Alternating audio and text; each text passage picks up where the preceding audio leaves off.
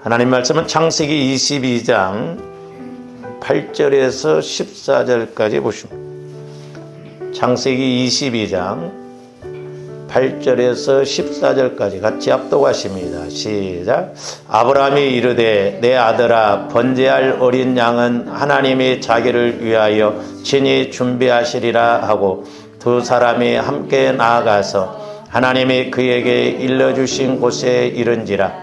이에 아브라함이 그곳에 제단을 쌓고 나무를 버려놓고 그의 아들 이삭을 결박하여 제단 나무 위에 놓고 손을 내밀어 칼을 잡고 그 아들을 잡으려 하니 여호와의 사자가 하늘에서부터 그를 불러 이르시되 아브라함아 아브라함아 하시는지라. 아브라함이 이르되 내가 여기 있나이다 하매 사자가 이르시되 그 아이에게 내 손을 대지 말라.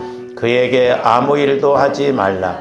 네가 네 아들 네 독자까지도 내게 아끼지 아니하였으니 내가 이제야 네가 하나님을 경외하는 줄을 아노라. 아브라함이 눈을 들어 살펴본즉 한 순양이 뒤에 있는데 뿔이 숯불에 걸려 있는지라. 아브라함이 가서 그 순양을 가져다가 아들을 대신하여 번제로 드렸더라. 아브라함이 그 땅 이름을 여호와 이레라 하였으므로 오늘날까지 사람들이 이르기를 여호와의 산에서 준비되리라 하더라. 아멘. 제가 누차 말씀을 드립니다만 조합대 기도가 됐든 믿음이 됐든 말씀이 됐든 이 개념을 잘 알아야 됩니다. 우리가 육신적으로 신앙생활하면 믿음 생활이 수단과 방법으로 이렇게 갑니다. 그래서 하나님 이용해서 내 어떤 목적, 육신의 목적을 이루려고 하거든요. 그래서 믿음은 우리가 개념을 잘 알고 가야 돼요. 수단과 방법이 아니라 목적인데 저와 여러분들이 영혼에 초점을 맞추면 우리 믿음은 하나님의 목적을 이루어내는 데 있다는 것을 아셔야 됩니다. 그런데 많은 사람들이 육신적으로 신앙생활하다 보니까 어떤 하나님을 통해서 하나님을 이용해서 내가 이 땅에서 어떤 문제나 해결받고 복받는 그것으로 끝나려고 하거든. 그건 수단과 방법으로 믿는 거죠. 그렇기 때문에 하나님은 한 번 속을 수는 있지만 두 번, 세 번 속지는 않는다는 것을 아셔야 되겠습니다. 우리가 지금 아브라함의 이렇게 선포에 대해서 계속 상고를 하고 있습니다만은 잘 아시는 대로 우리가 창세기 12장에서 보면 하나님께서 아브라함을 부르실 뿐만 아니라 이렇게 명령을 하십니다. 그리고 오늘 22장에서 보면은 하나님께서 독생자인 이삭을 번제로 드리라는 그 말씀에 아브라함은 말 한마디도 대꾸하지 않고 절대적으로 믿고 순종함으로 하나님께서 테스트해보고자 하시는 그 시험에 통과를 합니다.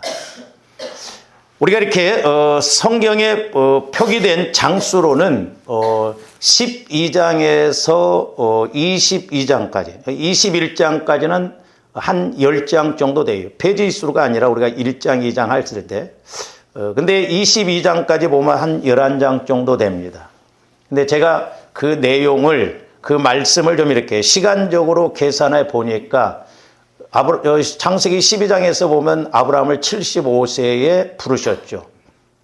그리고 100세에 이삭 아들을 낳게 하고 이삭이 번제로 드려질 나이는 번제를 알 정도면 한 16, 17살 됐다 이렇게 말하고 있거든요. 그러면 벌써 한 41, 2년이 되는 것을 볼 수가 있습니다. 어떻게 보면 이제 아브라함은 이런 40여 년을 넘는 세월을 통해서 그야말로 믿음의 조상이 될 만큼 성장하는 것을 볼 수 있습니다.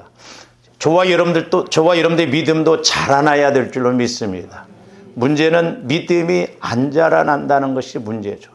그래서 20년 전이나 30년 전이나 예수를 그때 믿을 때나 지금이나 기도 제목도 보면 하나도 안 바뀌고 오직 예수님을 통해서 예수님을 이용해서 내 어떤 물질의 문제, 환경의 문제나 해결하려고 하는 사람들이 대부분인 것을 볼 수가 있습니다. 그러니 우리가 히브리서 11장을 믿음의 장이라고 합니다. 그런데 히브리서 11장은 총 49절로 되어 있습니다. 그런데 아브라함의 믿음에 대해서 4분의 1이 넘는 12구절을 아브라함의 믿음에 대해서 이렇게 설명을 하고 있습니다. 그러니까 49절 중에 12구절이 아브라함의 믿음에 관한 내용이에요. 물론 히브리서 기자는 그 믿음의 사람들을 기록하려면 다 기록할 수가 없다는데 여러분들이 히브리서 11장을 읽어보면 그렇게 믿음 좋은 다윗도 여러 사람하고 그냥 이름만 딱 집어넣는 것을 볼 수 있거든요. 그렇다면 과연 저와 여러분들이 천국에 가면 내 이름이 기록되어져 있을까? 상급에 관해서 기록되어져 있을까? 우리가 생각을 해봐야 될 줄로 믿습니다. 제가 말씀드렸죠. 제가 우리 목회자들 위해서 기도할 때 목회를 수십 년을 했을 때 내 설교가 천국에 가니까 책으로 이렇게 딱 만들어져 있는데 하나님께서 인정하는 설교가 몇 편이나 될까? 제가 깜짝 놀랐습니다. 그래서 저도 할 말은 있게 하려고 성령께서 깨닫게 해주시는 말씀을 한마디라도 설교에 집어넣으려고 하거든요. 변명이라도 해야 할 거 아니야. 이 한마디.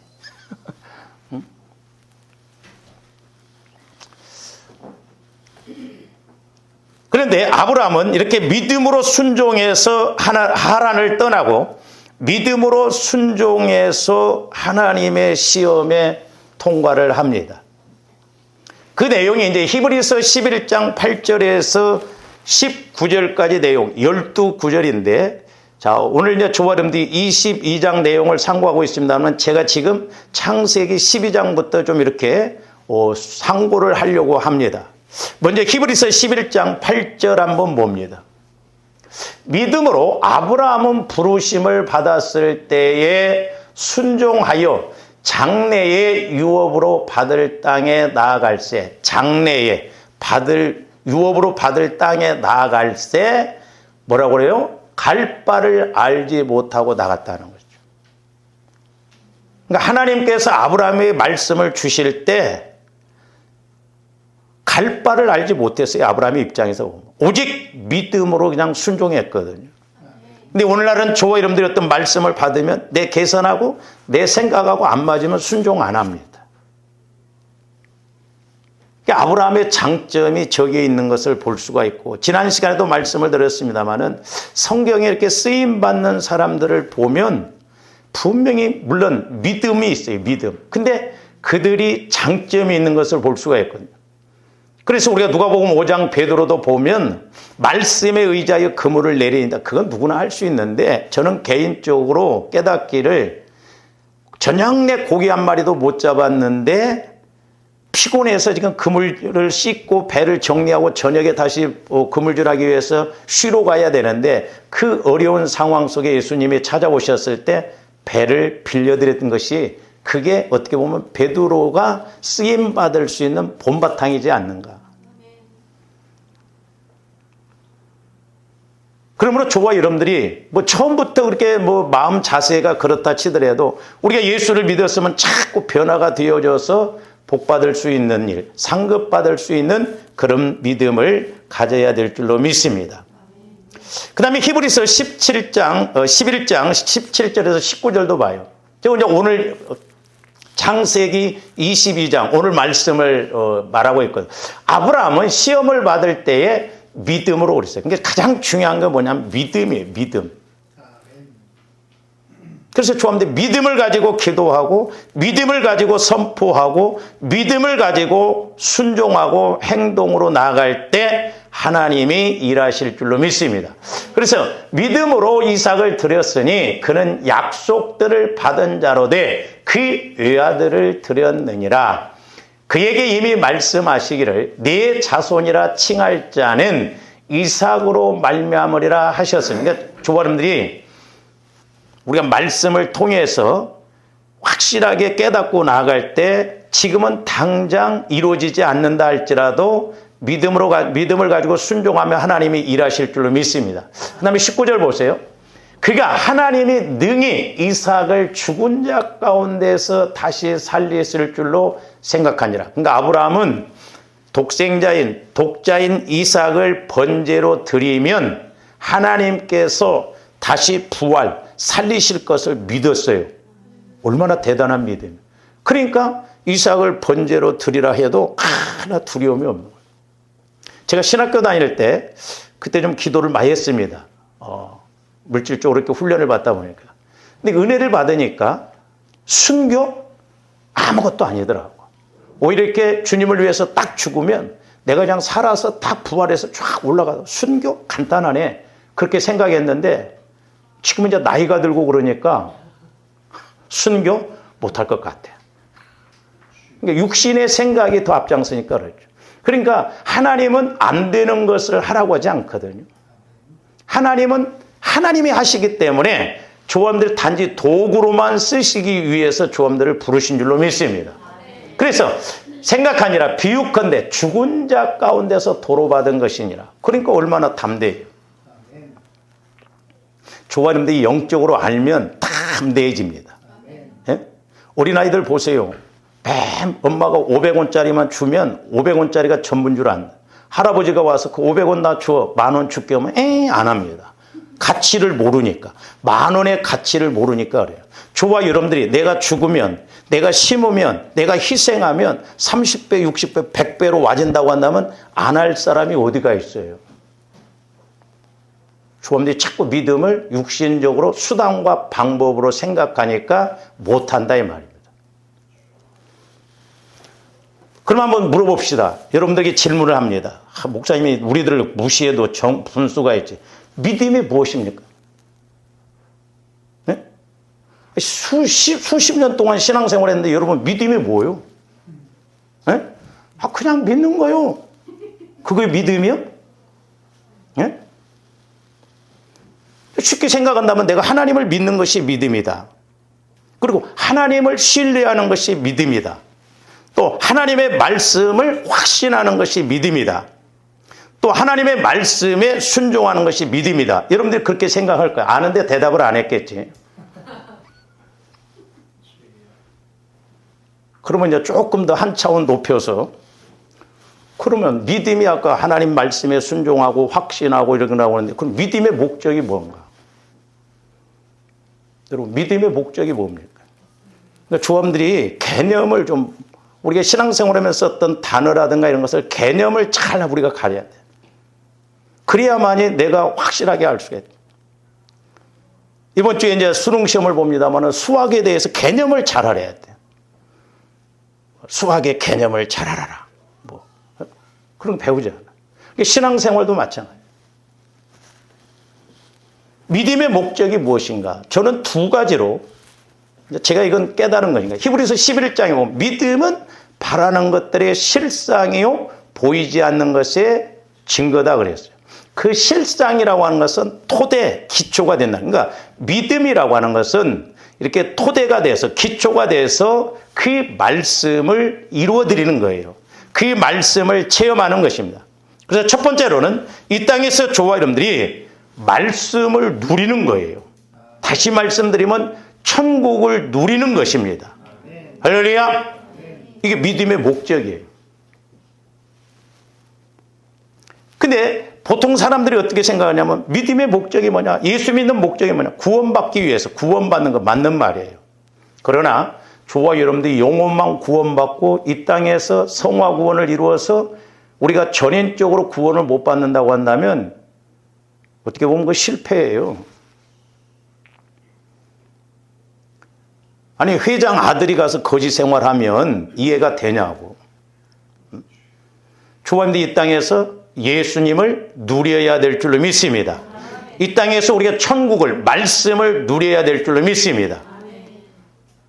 그래서 어떤 마귀 역사가 있다 할지라도 과감하게 물리쳐서 영적으로 이기고 가야지 그 육신적인 것 작은 것도 못 이기고 그냥 맨날 끌려다니고 그러면 되겠냐 이 말이에요. 때로는 팍팍 좀 끊어낼 거 끊어내고 처리할 거 처리하고 하나님 앞에 순종할 거 순종하고 그렇게 가면 얼마나 좋아요. 하나님은 저와 여러분들을 구원시키셔서 이 땅에서 천국을 누리다가 천국 가게 하는 거예요. 할렐루야. 우리 오해하지 말아야 돼요. 제가 말씀드렸잖아요. 부활? 이 땅에서 부활 삶을 체험 못하면서 나중에 내가 부활한다? 맞는 말인데 뒤에 가서 이따 보겠습니다마는 사도 바울이 말하는 부활이나 히브리서 사람들이 목숨을 내놓고 신앙생활하는 사람들의 부활 개념은 달랐어요. 그래서 믿음의 목적은 우리가 이 땅에서 말씀, 천국을 누리는 것이고, 두 번째로는 천국의 영광을 위해서 살아가는 거예요. 저와 여러분들이 이 땅에서만 천국 누리다가 천국 가서 상급 못 받는다고 하는 게 보통 심각한 게 아니에요. 제가 말씀드렸죠. 천국을 이야기하지 말자는 게 아니에요. 예수를 수십 년을 믿었는데 죽으면 천국 갑니다. 천국이 있습니다. 언제까지 그 기초적인 기본적인 것만을 들어야 되냐 이 말이죠.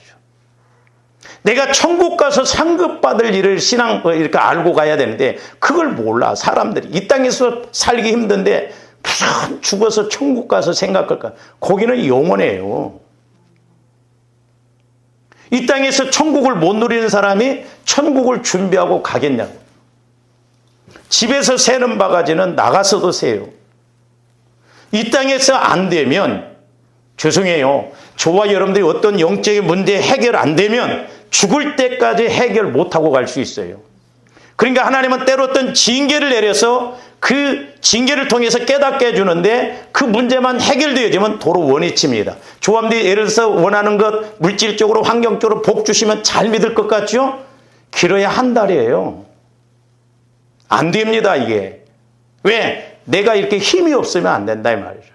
그래서 날마다 우리가 몸부림치면서 기도하면서 우리가 싸우면서 우리가 이기고 이 땅에서 천국을 누릴 뿐만 아니라 천국에 가서 받을 상급. 우리나라가 장로교가 많다 보니까 천년왕국 무천년설로 칼빈이 주장하기는 무천년설이거든요.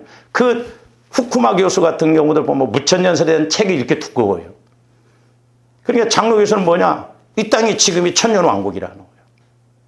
뭐 나중에 예수님 재림하실 때 천년왕국이 있냐? 그건 상징이다. 교리적으로 해버리니까 그러니까 그 천년왕국을 모르니까 내 마음 갖고 그냥 대충 신앙생활한다 이 말이죠. 아니에요. 조합들 분명히 죽음 이후에는 상급에 관한 심판이 있다는 걸 아셔야 돼요. 하나님의 집에 와서부터 우리 하나님의 심판하신다고 그랬어요. 그래서 우리는 영적 세계를 알아야 될 줄로 믿습니다. 천국의 세계를 확실하게 알고 나가야 될 줄로 믿습니다. 그래서 천국의 영광, 그 상급을 위해서. 그래서 저는 그것을 이스라엘 7대 절기로 풀면 정확해요. 초막절이 천년왕국이요. 거기는 순교자들은 무조건 들어가는 거예요. 오죽 있으면 저와 데서 적당하게 살 만큼 살다가 안 되면 아프리카에 가서 잡혀 먹이라고 그랬잖아.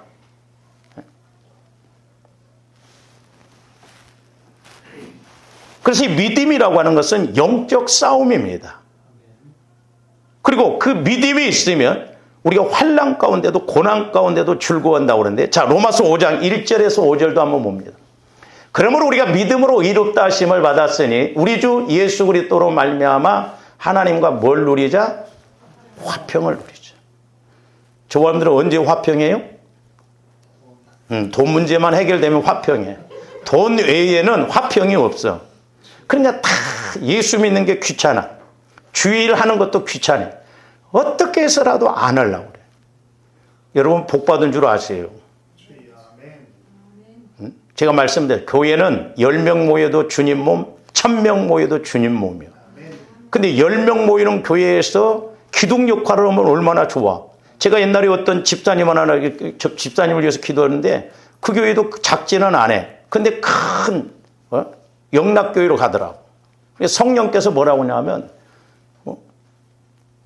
네가 기둥 역할을 해야지 거기 가서 왜 썩가래 역할을 하냐는 거예요. 내가 배우가 돼야 돼. 주연이 돼야 되는데 거기 가서 왜 관객 노릇하냐 이 말이에요. 그러니까 영적 세계를 모르니까 그래요. 사람들이 자꾸 큰 교회만 찾습니다. 왜? 부담 없이 봉사 안 하고. 여러분들 하나님이 복 주셨으면 그냥 예수 안 믿을 사람들 많아. 오늘 또 골프나 치러 가고 저 설악산 뭐 단풍 구경 가고 그럴 수도 있어. 근데 막 저를 통해서 들들들 막 복gem을 당하지 그게 감사한 줄 아세요. 할렐루야. 그러니까 사람들이 육신적으로 생각하니까 그래요. 그렇잖아요. 그래서 제가 우리 목회자들 놓고도 기도할 때 보면 한 명 모여도 주님 몸인데 그 교회가 한 달에 예를 들어서 재정적으로 1,000만 원씩 나간다고 한다면 하나님은 그 한 명을 통해서 1,000만 원의 재정을 해결해 주신다는 거예요. 중요한 건 생명 관계가 있냐 없냐 이 말이죠. 육신적으로 가니까 그래요. 육신적으로 생각하고. 그러니까 얼마나 좋아요, 조엄들이. 기둥육화로면 얼마나 좋아. 대부분 이제 사람들이 그렇습니다. 청년들도 마찬가지고. 큰 교회 가야 결혼한다고. 그래서 옛날에 내가 그런 기도했어. 하나님, 그럼 나 목회 안 하겠습니다. 아니, 작은 교회에서 열심히 봉사하고 그런 사람들 작은 교회 다닌다. 물론 어떤 바운다리는 있겠죠. 우리가 믿음 안에서 열심히 하면 하나님, 전지전능하신 하나님이 중매쟁이가 돼서 정확하게 인도해 주실 줄로 믿습니다. 할렐루야! 우리가 교회론을 잘 알자는 게 그거예요. 교회론. 그래서 저도 몸부림친다 이 말이죠. 여러분들이 고마워요. 왜? 그렇지 않으면 그냥 왔다리 갔다리 큰 교회나 다니고 그러려고 하는데 작은 교회 와서 봉사하고 또 제 설교 들어주고 시킨 대로 하고 감사하죠. 그러니까 끌고 갈 힘이 또 있어야 할 거 아니에요. 다 한 다리 들고 있으니까 막 학다리 팍 내려서 붙어서 그냥 신앙생활 하도록.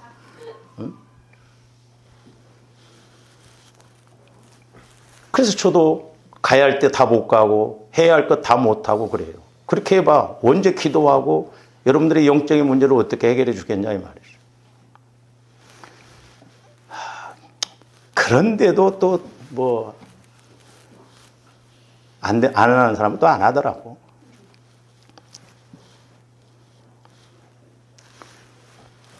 그래서 화평을 누리자. 그러면서 뭐라고 해서 2절. 또한 그로 말미암아 우리가 믿음으로 서 있는 이 은혜에 들어감을 얻었으며 하나님의 영광, 그러니까 하나님의 영광을 바라고 출구했다 말이죠.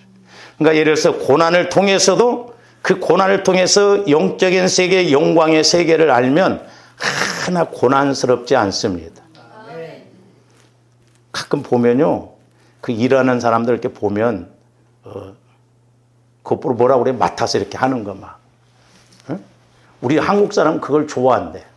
이거 100만 원에 해 그러면 잠도 안 자고 해버려. 그 왜 그래? 그만한 보상에 따라오니까 그러거든. 그 배후에 너머에 있는 그것이 오니까. 그러니까 우리 믿음도 마찬가지죠. 그러니까 믿음이 목적이 되면 고난이 오더라도 우리가 그 믿음의 목적을 알면 고난이 아니에요. 할렐루야. 그래서 영광을 바라고 출구한다는 거예요. 자, 계속 봅니다. 다만 이뿐 아니라 우리가 환난 중에도 출구하나니. 출구하나니 조금더 성경을 쓴다면 빼야 돼, 저 단어. 여러분들 환난 중에 즐거워해 봤어요? 나는 아직까지 여러분들 한 번도 안 즐거운 것 같아요. 물론 환난도 없지만 환난이 없어도 즐거워하지 않는데 환난이 있어봐. 맨날 징징 짜고 뭐. 환난 중에도 즐거워한다 이 말이에요. 제정신이냐 이 말이에요. 그러니까 신앙생활은 내 정신 갖고 신앙생활하면 안 돼. 할렐루야. 우리는 믿음을 갖고 주님 마음 갖고 신앙생활. 환난 중에도 뭐 때문에 이 또라이 아니야? 그러니까 워낙 우리는 육신으로 충만하니까 막 어떤 사람이 어려움을 겪으면서도 막 웃고 막 봉사하고 그러니까 아이고 주제 파악을 해야지. 그럼 이제다. 지금 제 웃음이 나와? 하나님이 보시면 네 주제 파악이나 해. 그렇잖아. 거꾸로 생각한다 이 말이죠. 환난 중에 즐거워하는 것이 잘못이요. 에? 그럼 환난 중에 막 우울증 걸려가지고 막 죽어야 정상이요? 에? 환난 중에 즐거워하시기를 주님의 이름으로 축원을 드립니다. 목사님, 내가 이런 환난을 겪었는데 즐겁습니다. 얼마나 존경스러워. 제가 여러분들 볼 때 존경스러울 거예요. 나보다도 믿음이 더 좋구나. 그러니까 하나님의 뜻이 있다면 환난 중에도 즐거워하라. 왜? 환난은 인내를 그랬습니다. 그래서 우리가 야고보서 1장에서 보면 인내, 시험을 기뻐라고 그랬잖아요. 그래서 시험을 통해서 우리를 온전하게 하기 위해서 그랬다면, 여러분들이 시험을 안 겪어보면요 믿음이 단단해지지 않습니다. 우리가 자꾸 시험을 통과를 해봐야 돼요. 그러니까 계속 맞아본 사람은 맷집이 강해져. 그러니까 여러분들이 환난을 겪고 난 다음에 보세요. 김 집사가 환난, 아이고 저건 게임도 아니야 나에게 비하면. 그렇습니다. 그 다음에 인내는 연단이라고 하는 것은 이제 단단한 마음, 주님 마음으로 자꾸 이렇게 이끌어가는 거예요. 그리고 주님 마음을 통해서 소망이 생겨요. 소망. 그러니까 조원들이 환난이 왔을 때 소망까지 보여져야 될 줄로 믿습니다. 목사님 아무리 기도해도 소망이 없던데요. 그건 마귀 새끼가 주는 환난이니까 그렇다. 그건 오히려 회개해야 돼. 회개. 내가 잘못해서 오는 환난은 회개해야 된다니까요. 하나님이 주시는 소망은 저기가 보여요. 메시지가 꼭 와집니다. 옛날에 과거에 저도 뭐 뭣도 모르고 올 때 막 여러분들 때문에 힘들었거든요. 오죽했으면 좀 내보내주세요 그랬어요. 훈련용이다 그러더라고. 다 7년 훈련시키고 자동으로 나가더라고. 그러니까 말씀이 있으면 그나마 버틸 힘이 생겨요. 그러면서 이제 5절 소망이 뭐래요? 소망이 우리를 부끄럽게 하지 아니하면 우리에게 주신 성령으로 말미암아 하나님의 사랑이 우리 마음에 부음한. 그러니까 환난을 통해서 내가 깨지고 회개하고 그러다 보면 말씀이 와주고 말씀을 받다 보면 하나님이 나를 이렇게 비록 환난 가운데 두셨지만 쓰시기 위해서 그렇구나 하면서 소망이 와진다 이 말이죠. 그러면서 성령 하나님을 통해서 하나님의 사랑이 우리 마음에 부음받는다는 거예요. 그래서 조합대의 신앙은 최종적으로 사랑 단계까지 가야 될 줄로 믿습니다. 그래서 사랑은 말이 없어. 사랑은 넘어갈 힘, 덮을 힘, 용서할 힘, 그게 나온 거다 이 말이죠. 그러니까 이제 조합대의 자꾸 믿음 안에 들어가면 별거 아니요. 막 찌그락찌그락 막 네가 옳니 내가 옳니 맞냐 틀리냐인데 도토리 키재기식으로 우리 신앙생활 하지 말자고요. 그렇잖아요. 하나님의 사랑이 부음받으면 아니 주함대 뭐라고 따질 때 하나님이 너 지옥 갈 인생 내가 구원했으면 할 말 없잖아. 예? 그런 간증도 있잖아요. 어떤 집사님이 신앙생활하다가 너무 힘드니까 하나님 내 십자가가 너무 무겁습니다 하면서 자꾸 짧게 해달라고 그랬대. 그래서 하나님이 그러냐면서 십자가를 짧게 잘라줬대. 나중에 보니까 요단강에 따고 왔는데 못 건너가더래. 십자가가 짧아가지고. 우선 먹기는 곶감이 달아. 멀리 볼 줄 알아야 된다 이 말이죠. 그래서 제가 집사람하고도 그랬어요. 제가 신학 공부할 때 여보 우리가 차라리 신학할 때 고생을 하자. 차라리 그때 고난을 받자. 목회할 때 고난 받으면 얼마나 힘드냐. 그렇잖아요. 성도들 때문에 힘들지, 물질적으로 힘들지, 여러 가지로 힘들면. 그래서 차라리 빨리빨리 고난을 받고 목회할 때쯤에서는 고난을 안 받는 게 낫지 않냐. 제가 실제 해보니까 그게 훨씬 나아.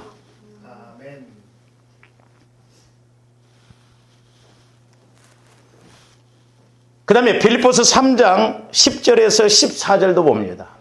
자, 사도 바울이 고백하는 거예요. 내가 그리스도와 그의 부활의 권능과, 보세요. 부활의 권능.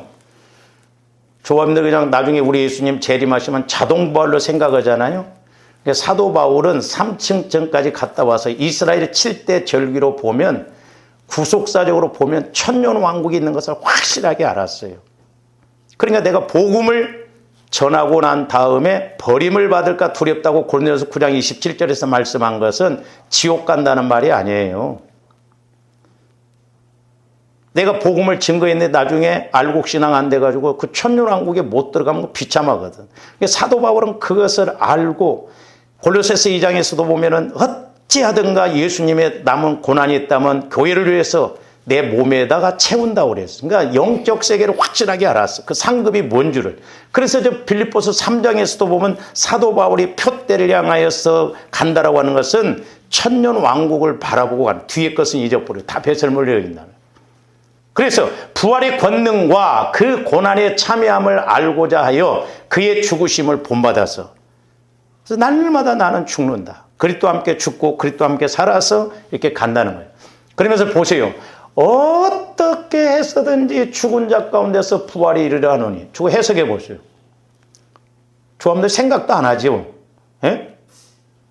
나중에 우리 예수님 재림하시면 우리는 그냥 부활하는 줄 알아. 근데 사도 바울은 나는 어떻게 해서라도 부활이 이르려고 한다. 그러면 사도 바울은 부활을 못하기 때문에 그런 거예요? 아니에요. 부활인데 부활해서 천년 왕국에 들어가냐 못 들어가냐 그걸 사도 바울은 알았기 때문에 나는 어떻게 해서라도 천년 왕국에 들어가야 된다. 그 말이에요. 천년 왕국은 알곡들만 들어가 쭉정이들은 풀무불 통과를 해야 된다니까요.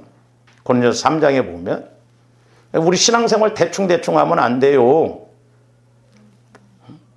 어떻게 해서든지 죽은 자 가운데서 부활이 이르는 사도 바울처럼 믿음 좋은 사람이 부활 못할 거 그것 때문에 그런 거예요? 아니요. 부활을 하는데 다르다 이 말이요.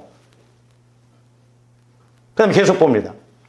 내가 이미 얻었담도 아니요 온전히 이루었담도 아니라 오직 내가 그리스도 예수께 잡힌 바 된 그것을 잡으려고 달려간다는 것은 천년 왕국에 들어가기 위해서 나는 거기를 향하여 달려간다 이 말이에요. 예수님께 잡혀서 어찌하든가 천년 왕국에 들어가는 그것을 위해서 달려간다.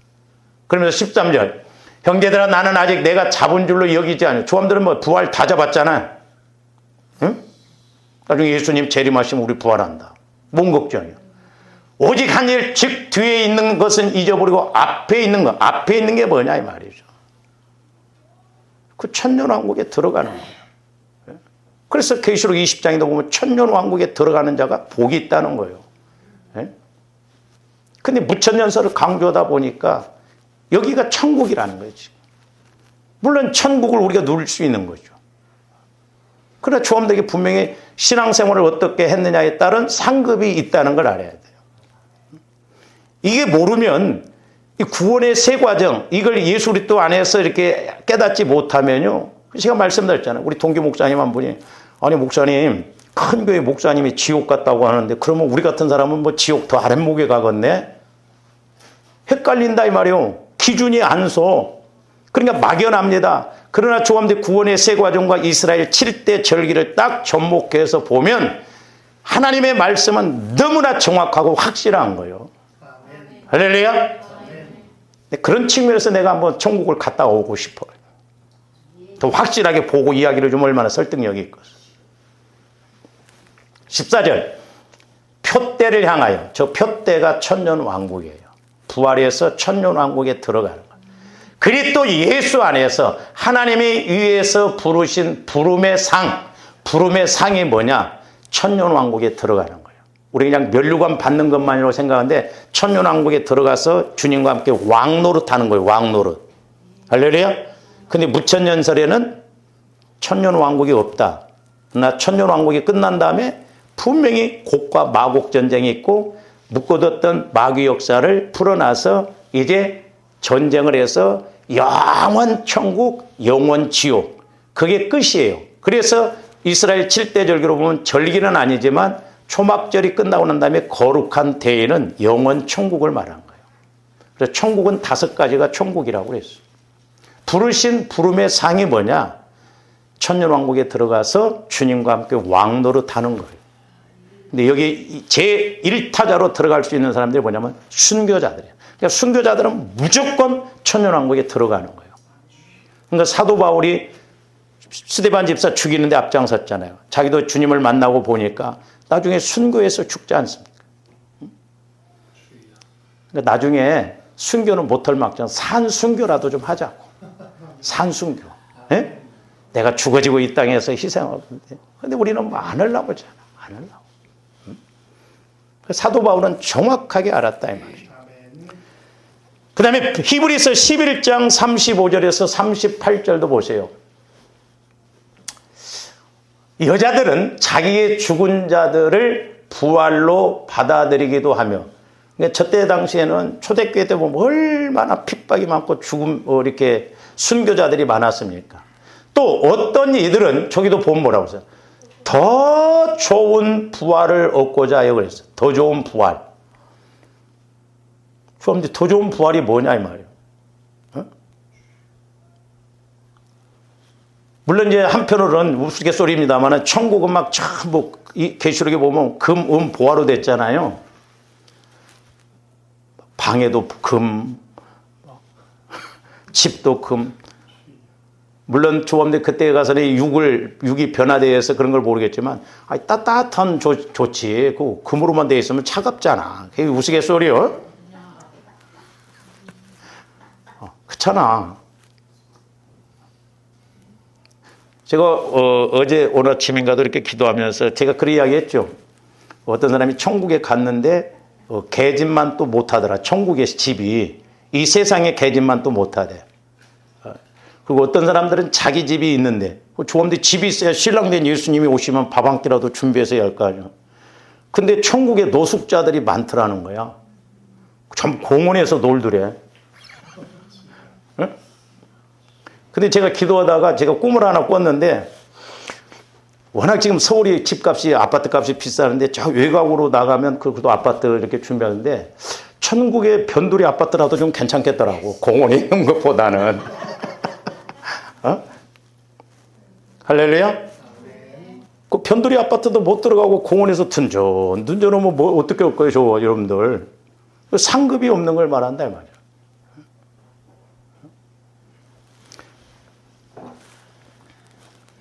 그래서 더 좋은 부활이라고 하는 건 천년 왕국에 들어가는 걸 말한다. 그래서 제가 이 부분은 조심스러워요. 왜냐하면 우리 한국교회가 이제, 천주교에서는 연옥설, 뭐 부모가 죽었는데 내가 막 착실한 일을 하면 마음을 총각, 그건 가짜고. 근데 제가 이렇게 성경을 읽으면서 고린도서 제일 먼저 그 3장을 읽으면서 우리의 공력이 불타버리면 불 가운데서 받는 구원이라고 그랬거든요. 그래서 저는 그러면 천국 가서 불을 한번 통과해야 되는가 했는데 나중에 말씀을 읽고 기도하면서 이스라엘 7대 절기를 제가 이렇게 그 계시록 세미나에서 힌트를 얻으면서 그렇구나.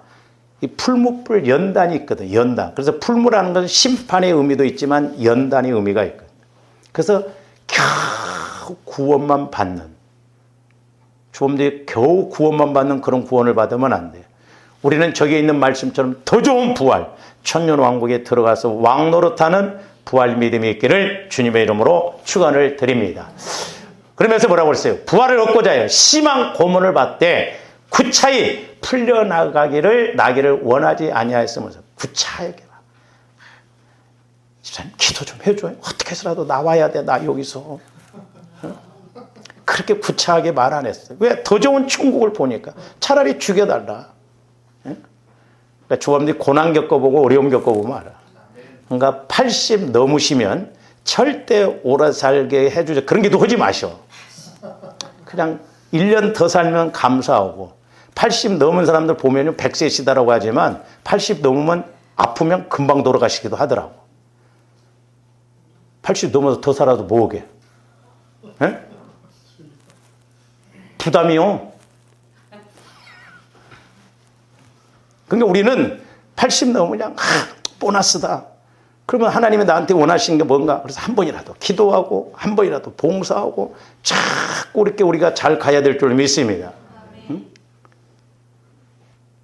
90 몇 살 먹어갖고 요양병원 와서 하늘만 쳐다보고 그러고 있지 말고 팔팔하게 우리는 살면서 기도하면서 그러다가 제가 누차 말씀드립니다. 야, 내가 갈 때가 됐나 보다. 목사님 와서 신방 한번 해주세요. 신방 받고 화요일 날 돌아가셔가지고 목요일 날 딱 초상 치르고 돼지발톱 어긋난 사람들은 금요일 날 돌아가셔가지고 주일 날 초상 치르고 그러려고요. 그러면서 또 어떤 이들은 조롱과 채찍질 뿐 아니라 결박과 옥에 갇히는 시련도 받았으며 그래서 돌로 치는 것과 보죠. 톱으로 켜는 것. 세상에 톱으로 켜서 죽이고 그랬거든. 시험과 칼로 죽임을 당하고 양과 염소의 가죽을 입고 유리하여 궁핍과 환난과 확대를 받았어. 조험들이 저런 시험이 있으면 예수 때려치울 거야. 38절 이런 사람은 세상이 감당하지 못하느니라 그들이 광야와 산과 동굴과 토굴에 유리하였느니라 그랬어요. 얼마나 예수 믿는 것이 힘들었어요. 그런데도 구차하게 뭐 그런 게 연연하지 않았다. 왜? 나는 죽으면 천년왕국에 들어간 더 좋은 부활을 알았기 때문에. 사도 바울도 나는 어떻게 해서라도 부활에 이르려고 한다. 저와 여러분들에게도 이런 은혜가 있기를 주님의 이름으로 축원을 드립니다. 그래서 아브라함도 확실하게 하나님을 만나고 그 목적을 확실하게 아니까 이삭에 대해서 뭐 주실 때는 언제고 또 뭐 드리라고 할 때는 언제, 이런 구차한 변명하지 않았어요. 절대적으로 믿고 순종해서 가는 것을 볼 수가 있습니다. 그러므로 저와 여러분들이 이제 나중에 계속 참고를 하겠습니다만은 하나님께서 우리에게 아브라함의 믿음을 주실 뿐만 아니라 아브라함이 받은 복도 주시고자 성령을 우리에게 보내주셨다라고 그랬어요. 그러므로 저와 여러분들이 아브라함의 믿음을 통해서 우리가 천년왕국을 바라보고 또 주의 일을 하고 이 땅에서도 천국을 누리는 그런 은혜가 있기를 주님의 이름으로 축원을 드립니다. 기도하십시다. 사랑의 주님, 감사를 드립니다. 저희들 예수 그리스도를 믿음에 있어서 늘 예수가 목적이요 아버지 하나님 말씀이 목적이 되게 하여 주시옵소서. 우리가 예수 이용해서 우리 육신의 것이나 해결하려고 하는 어린아이 신앙이 아니라 아브라함처럼 어떤 말씀이 주어지든지 아멘 그리하옵소서. 순종하여 이 땅에서도 장차 하나님 앞에 가서도 아버지 하나님 면류관을 받아들고 우리 주님과 함께 왕노릇하는 저희들 되게 하여 주시옵소서. 감사와 영광을 돌리오며 언제나 살아계시고 말씀하시고 인도하시는 예수 그리스도 이름으로 기도하옵나이다. 아멘.